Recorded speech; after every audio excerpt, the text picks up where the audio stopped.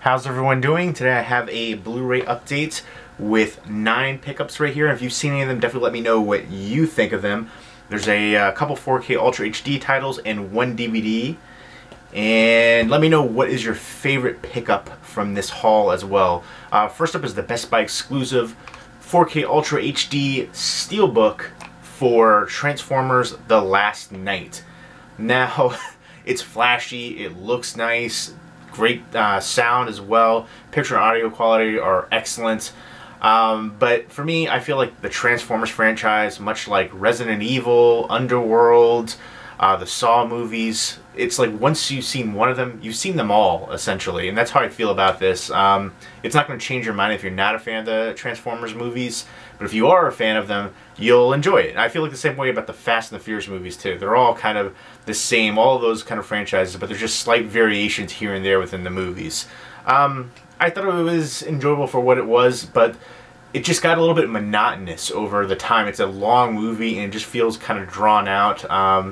But it's a really, again, looks nice, nice looking steelbook for it as well. If you're a fan of the film, you'll enjoy the presentation and the steelbook.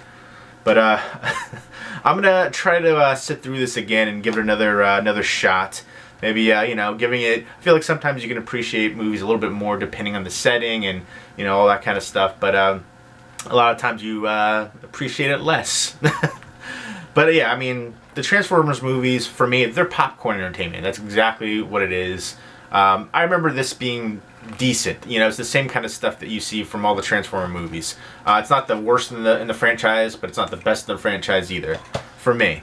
Next up is 47 Meters Down. Now, this actually has an interesting history because I think it was a year ago they released it on DVD. I think they actually pulled it before it got a full release on DVD. Like, reviewers got it, the stores got it, but then before the stores could release it by the release date, they pulled it from the shelves because they were going to re-release it in theaters under a different name. It was, I think, called In the Deep was the DVD release for it, and didn't have a Blu-ray release at that time. And people were flipping it on eBay for like 40, 50 bucks. Craziness.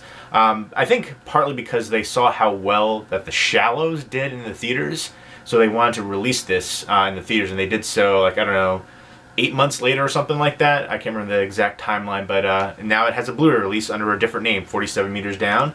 And I actually thought this was excellent. One of the better shark attack movies out there. It's funny because Open Water 3 just came out. I think it was called Open Water 3 Cage Dive. Garbage to me. I don't even know how that franchise it keeps going. Like, there's no ties to any of the movies in the Open Water series. And 2 of them are shark attack movies. The second one is just, there's no shark in it. But it doesn't have any established name to that franchise. You know, it's just, I don't like any of those movies personally. I think they're all below average movies. But anyways, it's the same kind of theme as 47 Meters Down, the basic theme of them being trapped in one of these you know, cages right there. That's how it initially starts for Open Water 3. But this is way, way better in my opinion. This actually has good tension, suspense throughout, good atmosphere, believability factor with the actresses right there, Mandy Moore and Claire Holt, and good cast chemistry between them too. And again, I liked just everything looked better as well. It was a better scale. I will say you could see the ending coming. You kind of knew, but it still worked. I thought it was really enjoyable and one of the better shark attack movies that I've seen out there. Again, I love The Shallows, a good character-driven shark attack movie. This would be one of my other favorite ones now since Jaws. There's been a ton of them, but like The Reef is one that I always hear people rave about. I didn't think anything was special with that movie, but I didn't like Open Water, yeah, the first one either, so I would definitely recommend 47 Meters Down, though, if you're into shark attack movies. Next up is Starship Troopers, Traitor of Mars. It has, I guess, some of the voice actors here for Casper Van Dien, Dina Meyer, DeRay Davis, I can't remember who else is in here. But yeah, it's a CG animated one, and they did another CG animated one for this as well. I think the CG animated one that I saw before was better than the other sequels, so I'm expecting this to be on par. And this is a 4K Ultra HD release. This is from Sony. I'm looking forward to checking this out. This is 47 Meters Down is from Anchor Bay. Next up from Warner Archive are 2 highly recommended movies that I would... It's funny because Scream Factory released their like schedule for horror movies coming up, and the Scream Factory, I was like, you know, okay, Scream Factory, I see what you're doing, but Warner Archive put out some way better ones. When they released them either the same day or within a couple days of each other, and I thought Warner Archive killed it in comparison to the Scream Factory releases. Yeah, Innocent Blood right here. Both of these I think are really underrated, but Innocent Blood, super underrated. From Jonathan Landis, great cast in here. Anthony LaPaglia, Don Rickles, Robert Loggia. Robert Loggia is this mafia boss guy who gets bit by a female vampire, and he gets super powerful. It's hilarious, though. It's a horror comedy. The lead actress in here, Anne Perelade, she's not a good actress, but she's nice to look at. I'm pretty sure that's why she got the role. She was in something else too, but pretty sure she was, or at least she looks like somebody that was in another movie. But I liked you know, obviously she's very attractive, but the acting just wasn't quite there. But everybody else pulled their weight fantastically in here. Hilarious, great horror comedy movie that I would highly recommend the heck out of. Super underrated in my opinion. I don't know how this doesn't get way more love. Great vampire movie. Next up is The Hidden, and great cast chemistry in here too, by the way. Wanted to throw that there. The Hidden is another one that I feel like doesn't get quite as much attention, but definitely deserves it. You've got the two leads here, Michael Nori and then Kyle MacLachlan from Twin Peaks. He's been in other stuff as well, but I think he's most notably known, at least especially recently, from that. But I like the way that they interact off of each other in here. Kind of hilarious. But Kyle MacLachlan is looking for this, essentially an alien that can take can hide inside of people. That's why it's called The Hidden. And it basically goes on, you know, whatever impulse it wants to do, robs, kills people. And Michael Nori is a police officer, and he's working with him to try to find the alien creature. So it's on the back right here. Siskel and Ebert say it's a cross between Invasion of the Body Snatchers and the Terminator. I think that is a really good representation of this movie.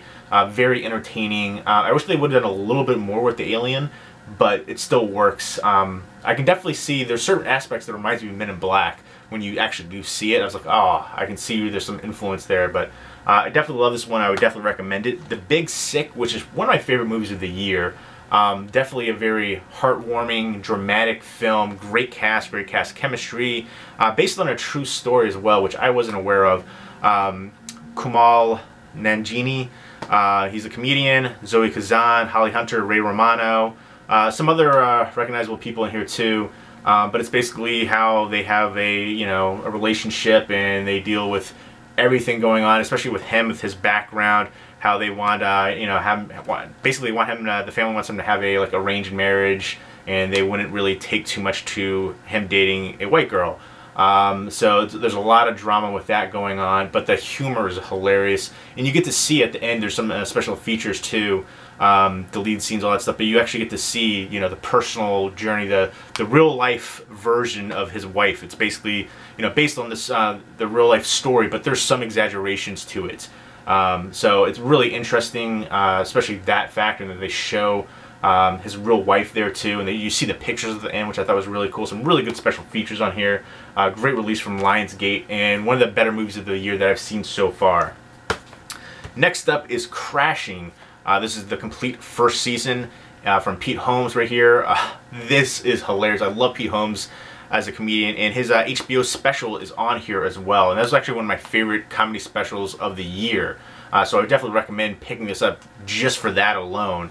And I think that's the only way you can get it on physical media as far as I'm aware of, and this is the Blu-ray DVD combo pack right here with digital copy too. But one of the things that I think is really cool, you see a ton of other comedians in here too. A lot of times in movies like this, you see other actors playing comedians, but this one has the real comedians in here, and it actually mirrors his real life of what he was going through with a separation, divorce, and basically him on the streets and homeless, and he stays with Artie Lang. T.J. Miller. I got to meet T.J. Miller, and he was just outrageous and hilarious. Yeah, just everybody in here was just excellent. You get, I'm trying to remember who else was in here.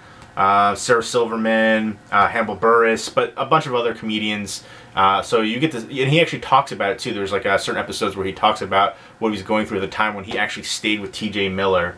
So that was really cool. But I would definitely recommend this one. If you like stand-up comedy, you get to see like an inside look of how he, gets to where he is and what comedians have to do to kind of earn their merits, essentially. But very funny, and especially his stand-up special, awesome.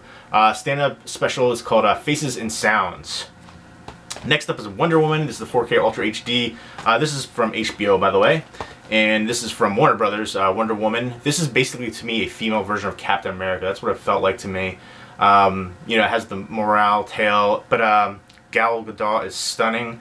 And I think there was decent cast chemistry here. You have Danny Huston's in here, Chris Pine, Robin Wright, but Gal Gadot, stunning. Can't wait to check out Justice League. This looked visually stunning as well, very aesthetically appealing.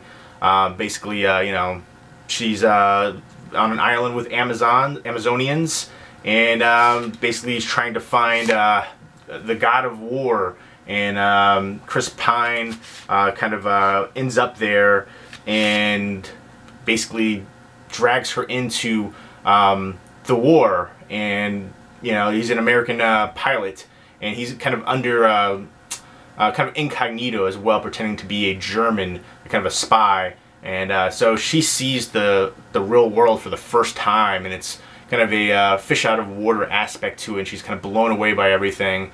But yeah, basically it's the female version of Captain America is how I feel about it. It's really good. I enjoyed it for what it is. It's not my favorite DC movie, but I definitely, Gal Gadot is friggin' stunning.